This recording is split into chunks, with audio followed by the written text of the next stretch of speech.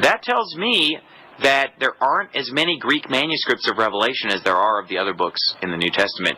If he's got 6 of them and none of them contains Revelation, so he has to borrow a Greek manuscript of Revelation from a buddy.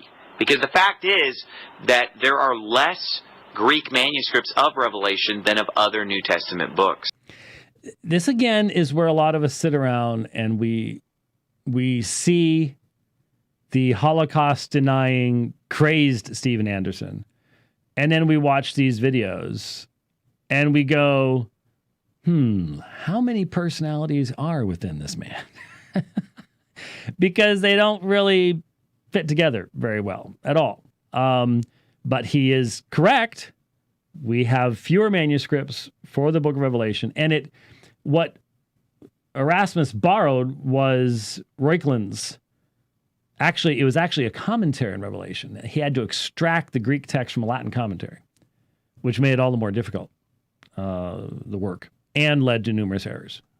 Okay, so the Greek evidence is not as plenteous. Okay, so therefore, when you're working with a book like Revelation, you're probably going to lean on other languages, okay, just to examine which Greek reading you're going to go with. There's a lot of King James onlyists that would be really uncomfortable with that level of discussion on Anderson's part. I can just see a lot of them sort of sitting back going, well, what's he talking about? It's just the King James Bible. You don't talk about depending on other languages. But Anderson knows how to translate stuff. He knows German. And so, but then when pressed to be consistent about that, collapses very quickly.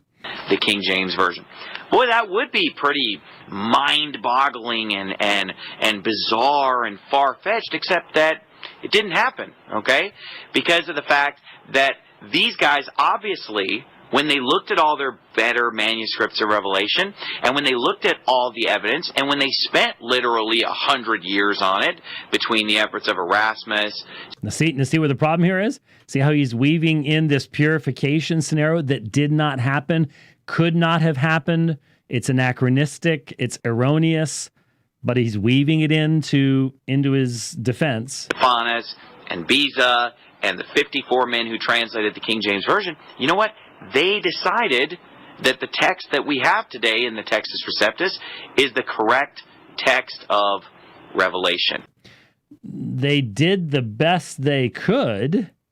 There weren't 54 men working on Revelation, the King James Version of the Bible. There was one committee that would have had responsibility for that, and it was probably one of the smaller committees. So there might have been half a dozen. And as far as we can tell, all they are examining would be the Latin Vulgate, Erasmus, Stephanus, and Beza. That's what they have in front of them. As far as I know, I've never seen any evidence that any handwritten manuscript of the book of Revelation was collated, consulted, referred to, utilized by the committee that produced the translation of the book of Revelation. I'm unaware of any evidence of that at all. If Mr. Anderson has something that he would like to present in that vein, I'd be more than happy to see it. Okay, so these errors that persist in the text, they're not errors at all. They're right, okay? So the errors aren't errors. They're right because the King James is right. And so if they agree with the King James, then they are right. Has nothing to do with history, nothing to do with how the text came into existence. It cannot be replicated. And isn't this exactly the problem with the TR too? It's just one step farther. If your translation methodology cannot be replicated, and your textual critical methodology cannot be replicated, then you got a problem, because that means you're no longer dealing with the facts and history. You're defending a traditional text. It's obvious with Anderson. It's not as obvious with our modern, even reformed TR guys, but it is the same thing going on. Okay. James White wants us to believe this far-fetched, unlikely story that Erasmus just goofed up on Revelation and nobody called him out on it. And that's exactly what happened. That's what we discovered just a couple months ago when, for the first time in my reading, in my understanding, learned, because I had asked the same question, why would obvious errors in the book of Revelation persist into later editions of Erasmus and then into Stephanus and into Beza? Why? And it was because of the fact that Erasmus thought that someone else's work was based on better manuscripts, and he told his printer, follow them. They had followed him. They had the same text. So we can assume that the printer did what he was told to do and went, it's the same thing. There's nothing to fix. So print it. And so Erasmus figures that's cool. And the book is not the focus of people's attention at this time frame. And people are not running around with Greek manuscripts of it to be able to check it out. The assumption is that there were people that were doing that. There weren't. There weren't. That's the problem. And so, yeah, there were mistakes made by Erasmus that would not be detected for 200-300 years. There were mistakes made by Beza that would not be detected for 200 or 300 years. 200 or 300 years. Especially in Revelation. Stephanus, Beza, 54 translators, they all just went along with it. No, folks, they looked at the evidence, and the Revelation, as we have it today, is correct. It's right. No. It's not what happened. Not even according to Erasmus. Not even according to Beza. This is just wishful thinking.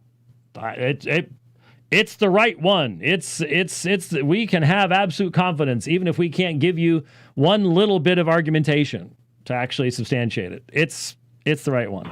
Okay. For example, in Revelation 14:1, here we go. It says in the King James, "And I looked, and lo, a lamb stood on the Mount Zion, and with him 144,000, having his father's name written in their foreheads." Okay. Well, in the New American Standard Bible, representing the modern versions, it says, "And I looked, and behold, the Lamb was standing on Mount Zion, and with him 144,000, having his name and the name of his father written on their foreheads." So this is the reading that James White wants us to think is authentic. You know, this is one of his many examples. This is the reading of all of the Greek manuscripts. This is the reading that everyone at the Council of Nicaea would have seen. This is the reading that everyone at the Council of Constantinople or Chalcedon would have read. This is the reading that by any scholarly standard represents what John wrote. Okay? And in the transcription from the one manuscript of the book of Revelation, an error was made. A simple homoteleuton error in transcription that then becomes the basis of Erasmus and hence everybody else. And here's the danger. Here's Anderson. He's going to make a whole argument, even done a whole video against modalism based on what his interpretation of Revelation 14:1 in the King James is. This is doing textual criticism on the basis of your theology. What did we do at the beginning of the hour? We saw Beza do the exact same thing at Luke 2:22. The exact same thing.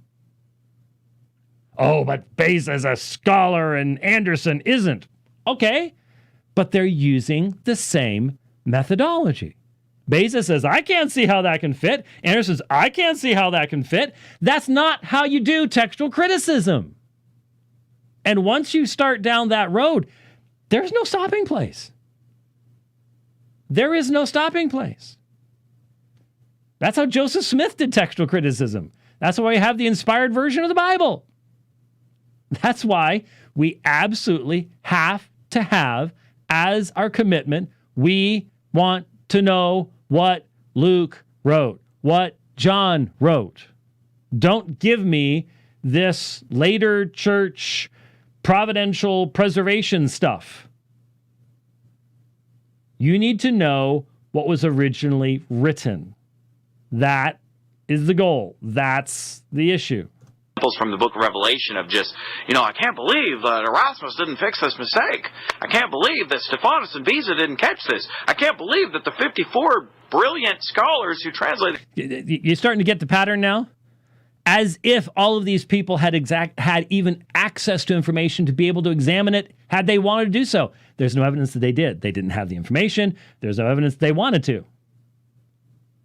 And there wasn't, again, 54 scholars looking at Revelation. There was a small little subgroup. So this sounds great if you want to continue to believe something. And that's what I hear in the TR stuff too. I want to continue to believe this. So I'm going to find, hey, have you read the commentary that John Gill gave on this? John Gill wasn't a textual critical scholar, first of all. And God bless him and thank him for a lot of the stuff that he did, but that's not going to tell me what John originally wrote. And if you're spending a bunch of time on that, you're a traditionalist. Just admit it. You don't care what John originally wrote. You care what you've got in your traditional text. King James didn't catch this error. He wants us to believe that in Revelation 14:1, it's supposed to say that the 144,000 have basically Jesus' name and the Father's name written in their foreheads. Now, you can just read those two, and it's just obvious which one's right. The King James makes way more sense there. Yeah. The New American Standard is clearly the one that's wrong. And in fact, clearly, I don't want to go into a big, long dissertation on the doctrinal implications of this change, but this is a very bad change that the New American Standard and the modern versions have made. Okay, by adding this, his name and his Father's name. They added nothing. That's what all the Greek manuscripts say. That's what they say. So again, if you're going to dispute this, then you're going to have to say, here's my unique argument for this one. And then I've got a unique argument for that one over there. And another unique argument for that. And I can come up with as many unique arguments as I need to come up with to be able to defend my traditional text. That's how it works. That's how it works.